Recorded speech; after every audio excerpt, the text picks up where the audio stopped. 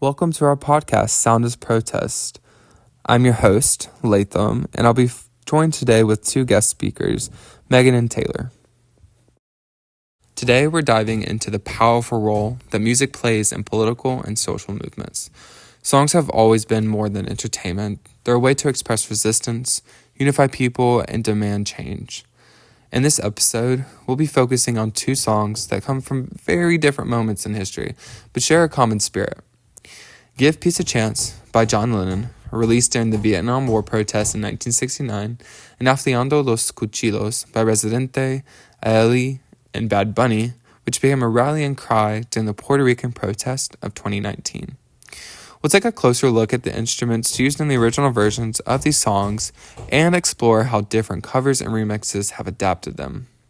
Then, we'll dive into how these songs have appeared in media like documentaries, television shows, and news coverage, and how their sounds helped shape the messages they supported.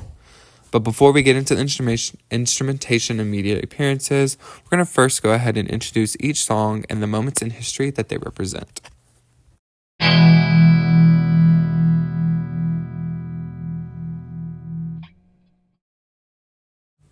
Give Peace a Chance was recorded in 1972 by John Lennon during the height of the Vietnam War.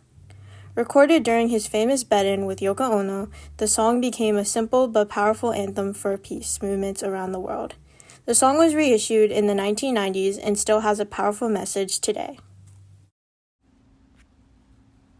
Afilando los Cuchillos, released in 2019 by Residente, Ailey, and Bad Bunny, emerged during the Puerto Rican protests calling for Governor Ricardo Rossello's resignation.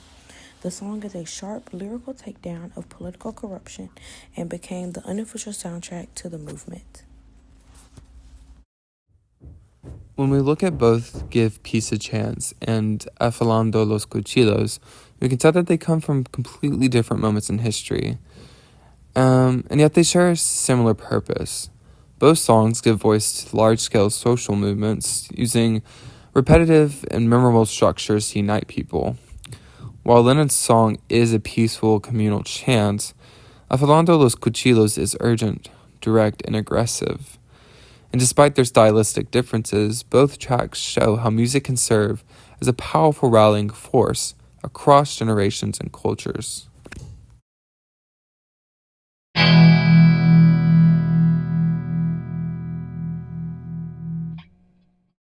In the original recording of Give Peace a Chance, there are acoustic guitars and the tambourine.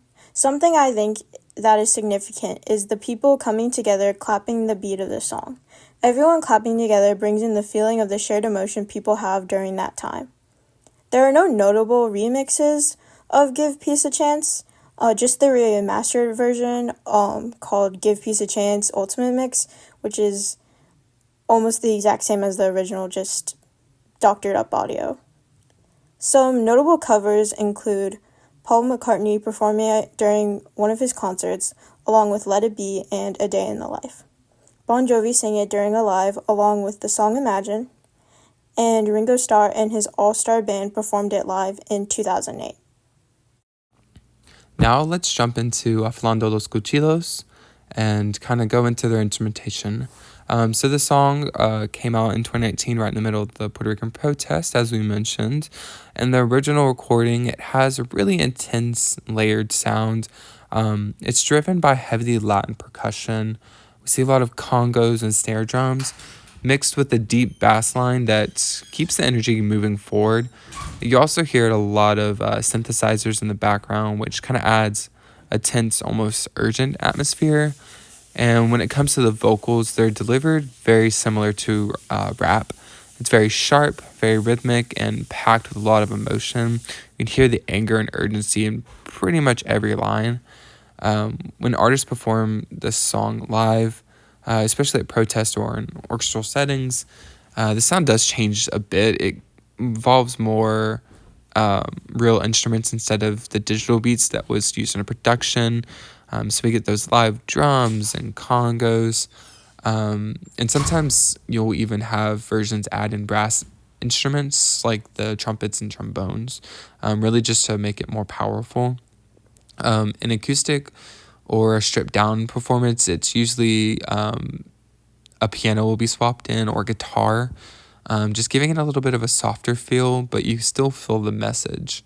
No matter what instruments are added or taken away, the core energy of the song does remain a powerful rhythm with urgent vocals and a strong spirit of resistance. It's really important to understand that even with differences in instrumentation, the feeling and what the artist brought is still kept.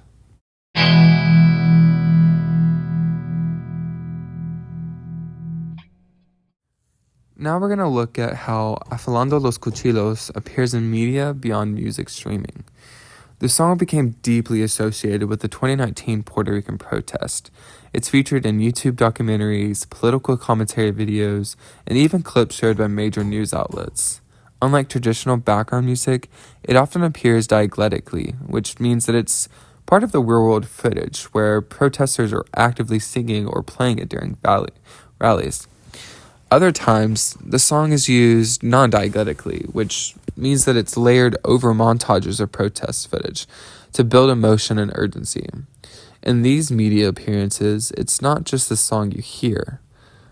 The soundscape often includes real protest noises, shouting crowds, speeches through megaphones, banging pots and pans, and rhythmic chanting.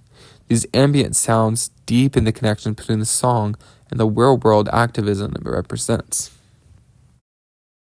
When it comes to give peace a chance in media, the song was and is used many times to promote peaceful protest. The song is also used in tributes for John Lennon. The song was sung in the 1974 film The Trial of Billy Jack, in the 1996 film Pretty Village, Pretty Flame, and in an episode of a 1995 TV series, Mad About You. It was parodied in an episode of a sitcom called Dinosaurs, where patrons of a vegetarian restaurant start singing, "Give Peas a Chance."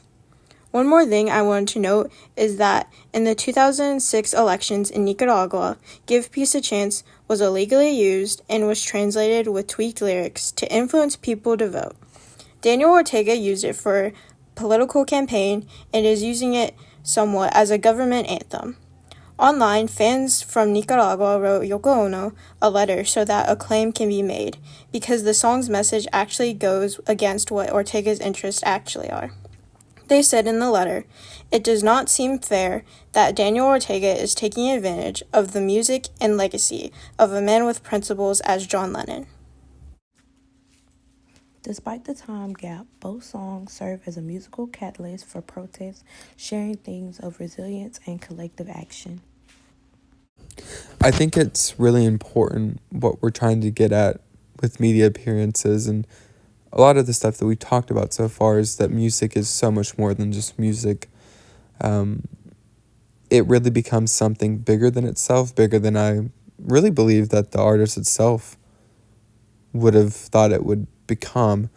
Obviously, with Afilando los Cuchillos, they made that song for like protest songs, but seeing it used in protest in movies and TV shows on the news and all these different things just kind of shows how important and valuable music is and sound, and how expansive and kind of creative it can be with it. And that can be in a good and a bad form. It could be true to what the artists themselves wanted, or it could be construed and used in other ways. But it really just shows the versatility that music offers.